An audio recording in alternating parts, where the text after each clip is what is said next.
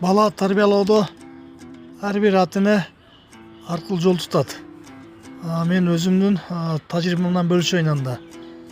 Балага бүгүнкү күнү телефон бизде проблема болуп жатат. Балдар агрессивный, эч кимди ата энем укпайт, телефон башкарып калган заман. Бирок андан кантип кутулсак болот?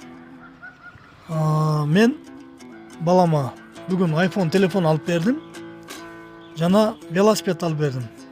Себеби балага ата эч качан жалганчы болбош керек. Балама шарт койгом. Эгерде сен спорт менен машыгып, каратеден дүйнөнүн чемпиону болгон болсоң, iPhone алып берем дегем. Балам ушуга аракет кылып, 4 жылдын ичинде Грецияда дүйнөлүк чемпионатта 3-орунду багындырды. Ошон үчүн iPhone телефон алып бердим. Шартка байланыштуу атам өтүп кетип, акчам жок, ала албай 1 жыл жүрүп калдым.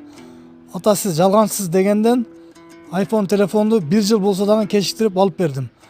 Андан кийин балама условия койдум. Эгерде Азиянын чемпиону болсоң, велосипед алып берем дедим. 2023 жылы декабрь айында Азиянын чемпиону болду. Ошондой эле мына быйыл 2025 жылы 3 майда Уральск шаарында өткөн Азия чемпионатында күмүш медалды багындырып алды. Сөзүмдө туруп, бүгүн мына велосипед балама алып бердим. Кийинки шартым 2026 жылы Турцияда дүйнөлүк чемпионатта алтын медаль алган болсо, ажыга алып барып келем уулум деп бүгүн договор кылдык. Буюрса, азыр ушунун үстүнөн иштейбиз. Бул тактиканын пайдасы. Биринчиден, ата менен баланын бири-бирине мамилеси жакын болот. Жүрөктөн жакын болот, мээрим ойгонот. Экинчиден, бала максат койгонду үйрөнөт.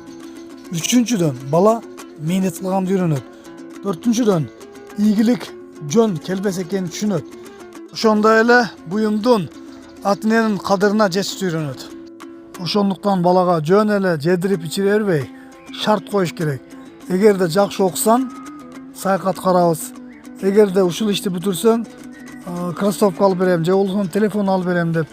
Эгерде убагында уктасаң, телефонду 1 саатка иштетесиң деп шарт койгондо бала өнүгүп өсөт. Жөн эле алып бере берсеңиз, бала акчанын кадырын билбейт, акча каяктан келгенин билбейт. Ал эми эркек кишини ар бир берген пулуңузга мээнет менен, кызмат менен кайтарыш керек. Билиш керек. Себеби эртеңки эркек киши адал акча табышты үйрөнүш керек. Ал эми кыз балага ага бөлөкчө мамиле кылыш керек. Эркек киши 10 сом сураса 5 сом берип, 5 сомду требовать этип алыш керек. Ар бир тыйынга чейин отчет сураш керек. Ал эми кыз бала 10 сом сураса 20 сом акча бериш керек. Себеби кыз бала жокчулукту билбеш керек. Эркек киши жокчулукту билиш керек. Себеби адамды бир жокчулук, бир токчулук бузат. Ал эми эркек кишини токчулук бузат, аял кишини жокчулук бузат. Ошондуктан эркек киши жокчулукту үйрөнүш керек, жокчулукта нан таап жашашты үйрөнүш керек. Ал эми аял киши токчулукта, бардыжылыкта жашаш керек. Эч качан аял кишини ачка кармабаш керек. Бирөөгө 1 сомго зар кылбаш керек. Бүгүн барсыңбы, ата энесиңби, бар дүйнөңдү кыз балага бериш керек, билим бериш керек, окутуш керек. Баланы бекем кармаш керек. Себеби баланын тартибин бузбаш керек.